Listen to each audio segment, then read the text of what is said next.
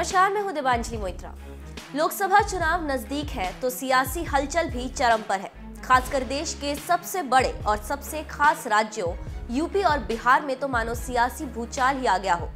पहले एसपी और बीएसपी में गठबंधन, उसके बाद उनका 80 सीटों में से 38 सीटें बांट लेना और उसके बाद 2 सीटें बिना मांगे ही कांग्रेस के लिए छोड़ देना। इसके बाद 2 और सीटें अन्य पार्टियों के लिए छोड़ देना, जो कोई भी पार्टियां हो सकती हैं। अब ऐसे में आरजेडी प्रमुख लालू प्रसाद यादव के बेटे तेजस्वी यादव का बीएसपी सुप्रीमो मायावती का आशीर्वाद लेना, इसके बाद एसपी अध्यक्ष अखिलेश यादव से भी उनकी मुलाकात होना सियासी मायनों में बहुत कुछ कहता है।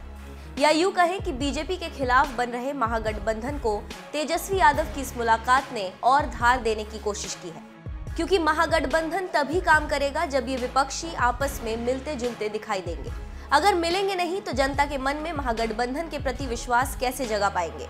मायावती से मुलाकात के बाद तेजस्वी मीडिया से रूबरू हुए और लोकसभा चुनाव में कम से कम यूपी और बिहार में महागठबंधन के सामने खड़ी बीजेपी का पूरी तरह से सफाया हो जाने का दावा किया।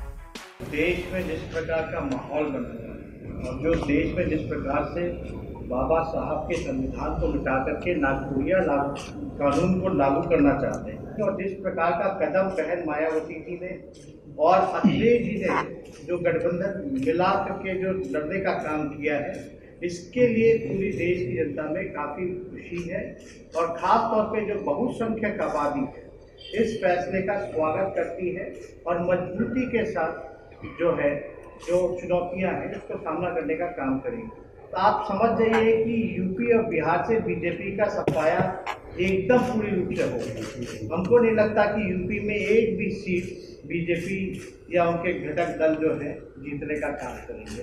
पूरी सीटें जो हैं ये जो सपा बसपा गठबंधन जो ही है वो ही जीतेगी और देश को रास्ता दिखाने का काम करेगी।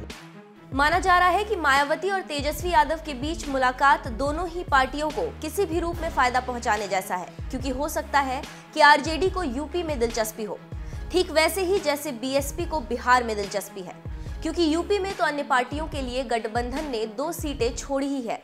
वही माना यह भी जा रहा है कि आरजेडी ने बिहार में बीएसपी के लिए 1 से 2 सीटें देने की रजामंदी जरूर दिखाई है।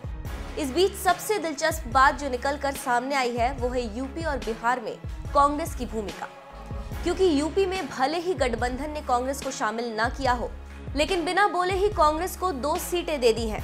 वहीं बिहार के महागठबंधन में तो कांग्रेस शामिल ही है, तो भले ही यूपी का गठबंधन जनता के सामने ये ना दिखाए कि वो कांग्रेस के साथ है, जबकि अंदर ही अंदर इस गठबंधन में कांग्रेस की भूमिका भी अहम होती दिखाई दे रही है। अब देखना दिलचस्प ये है कि सिर्फ बीजेपी के खिलाफ इकट्ठी हो रही इन पार्टियों का सियासी भविष्य क्या होने वाला है, क्योंकि तेजस्वी का अखिलेश और मायावती से मिलना सिर्फ शिष्टाचार मुलाकात तक ही सीमित रहना थोड़ा विश्वास से परे है।